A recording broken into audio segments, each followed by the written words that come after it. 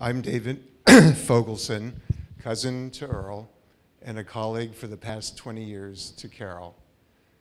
Earl, Daniel, Jessica, Scott, Alara, family and friends, on behalf of all the therapists and patients who worked with Carol over the years, I want to express what we feel to those who mourn with us today in this place dedicated to artists, and how appropriate that we remember Carol in this place, because art, like so many things that make the spirit soar, was cherished by Carol.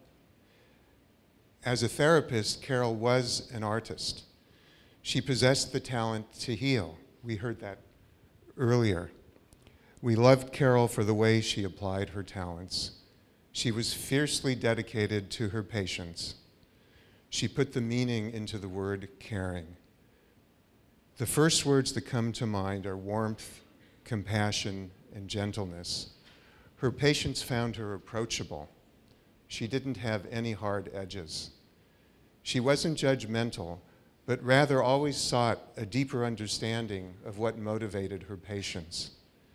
She would ask penetrating questions. We've heard so much about her ability to ask questions, attempting to disentangle nature from nurture, searching for the leverage to help her patients find a pathway to joy in their work, in their relationships.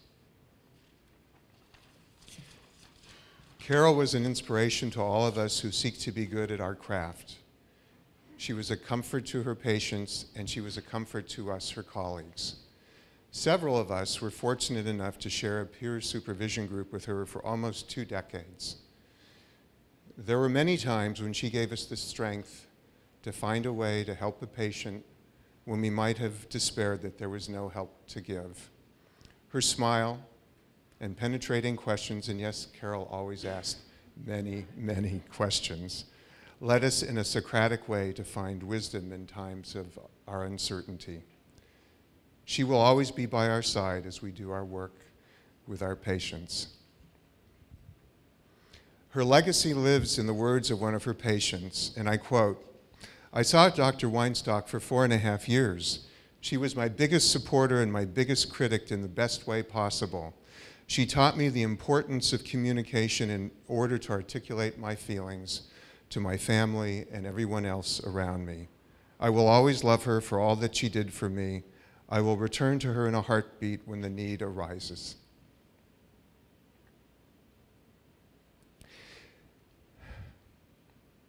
This was the Carol we all knew. She was the most focused, attentive listener. She listened and she remembered. It was uncanny how well she remembered all the details. She worried and marveled over all that we did. We wish she'd been able to marvel more over her own talent, something she often doubted. As is apparent from all of those who've spoken, there was no good reason for her doubt. Carol need not be idealized or enlarged in death beyond what she was in life, to be remembered simply as a good, ethical, and loving person who saw suffering and tried to heal it.